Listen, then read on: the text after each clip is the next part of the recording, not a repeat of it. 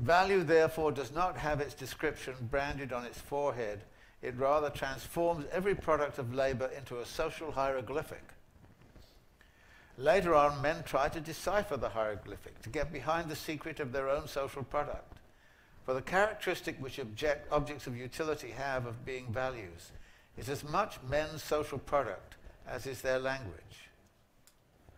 The belated scientific discovery that the products of labor, insofar as they are values, are merely the material expressions of the human labor expended to produce them, marks an epoch in the history of mankind's development.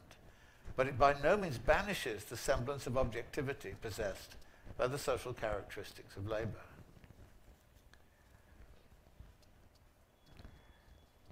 He then goes on to point out that as soon as the proportions have attained a certain customary stability, they appear to result from the nature of the products.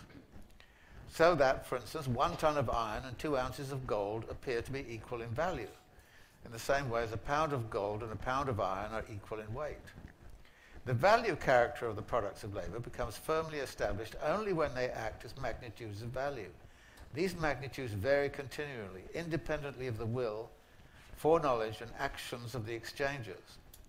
Their own movement within society has for them the form of a movement made by things, and these things, far from being under their control, in fact control them. Okay, let's reflect a little bit on this, because this is a critical point in Marx's thinking.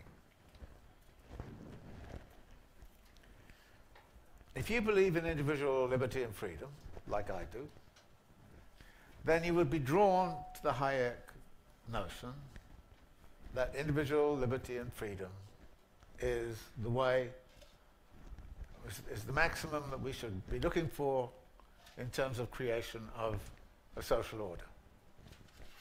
The libertarians would say the same. The right wing will say, I actually think that's a noble vision, individual liberty and freedom.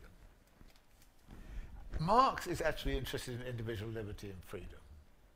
What he's saying here is individual liberty and freedom within a market system where you are not in control is not individual liberty and freedom. In fact, it's slavery to the logic of the system. That's what he's saying here. And so that all of liberal theory is based, it's a con job.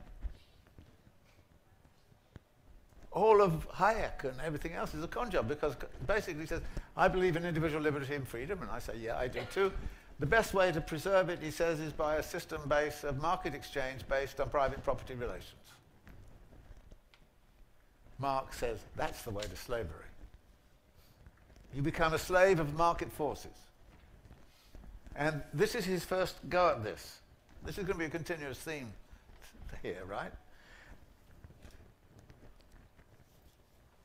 Their own movement within society, that is, the producers,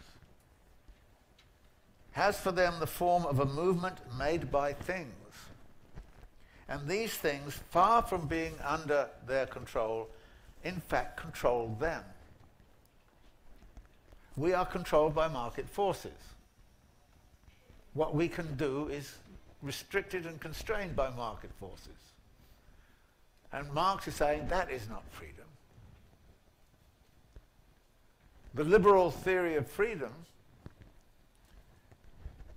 is fine in itself, but when it kind of says the mechanism by which this can be served is by private property rights, free markets and free trade, it's bullshit. That's basically what Marx is saying. Now, he's going to come up with this several times, and I think you should watch for it. This is the heart of his beginning critique of bourgeois political economy. That by concentrating on trading of things rather than asking questions about social relations, by doing that, it actually masks.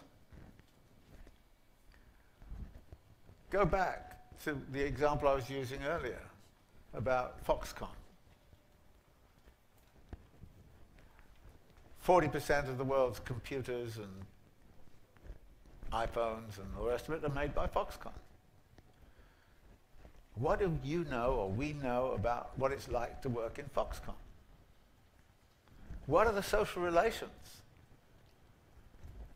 behind the market that is producing this stuff? In 2010, 2011, about 17 suicides of workers in Foxconn. And there was this got out, and so immediately there was a little flurry of kind of, oh, we should try and monitor better the labour conditions in Foxconn and all the rest of it. The response of Foxconn was to buy thousands and thousands of miles of netting, which they strung around between dormitories so nobody could fall to the ground. They threw themselves off the balconies, which was what they were beginning to do. Marx is interested in the social relations, okay? And he's always going to be interested in the social relations. But he said what the fetishism of commodities does is to mask all of that.